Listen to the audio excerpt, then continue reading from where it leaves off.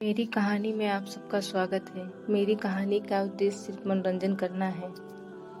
मेरा नाम अनीता है। मेरी उम्र 25 साल है। जब मैं शादी करके ससुराल आई, मेरे पति अक्सर बाहर ही रहते थे। घर में ससुर और मैं ही रहती थी, क्योंकि मेरी सास बहुत पहले मर गई थी। मैं दिखने में बहुत खूबसूरत थी। मेरे शरीर की बनावट बहुत हॉट और सेक्सी थी। मेरे 70 साल के ससुर, जो कि थाने में गार्ड की नौकरी करते थे, 70 के भले थे, मगर दिखने में बहुत यंग और फुर्तीले थे। घर में कोई नहीं था, इसलिए मैं अक्सर अपने ससुर से बात किया करती थी। मैं उन्हें अपने पिता के समान समझती थी। मगर मैंने देखा, एक दिन जब मैं अपने कमरे में कपड़े बदल रही थी, तो वह मुझे चुपके से झांक रहे थे।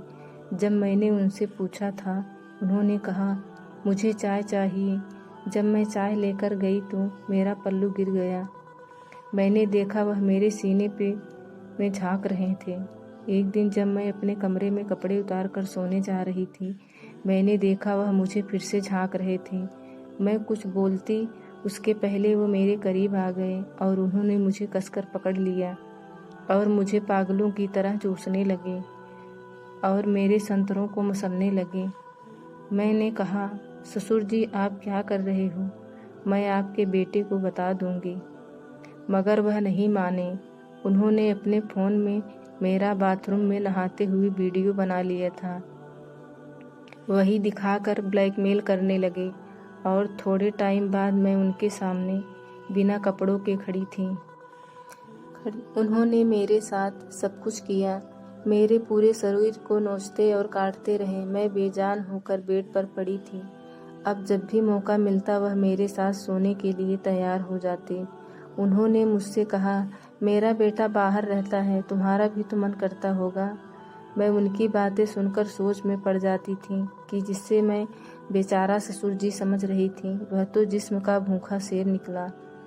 जब वह मुझे बेड पर छोड़कर जाते थे, मेरी तो हालत खराब हो जाती थी। मुझे लगता था जैसे ससुर जी अभी 22 साल के हैं। मैं किसी से कहने से डरती थी, क्योंकि वह सबके सामने मुझे बेटी की तरह प्यार करते थे।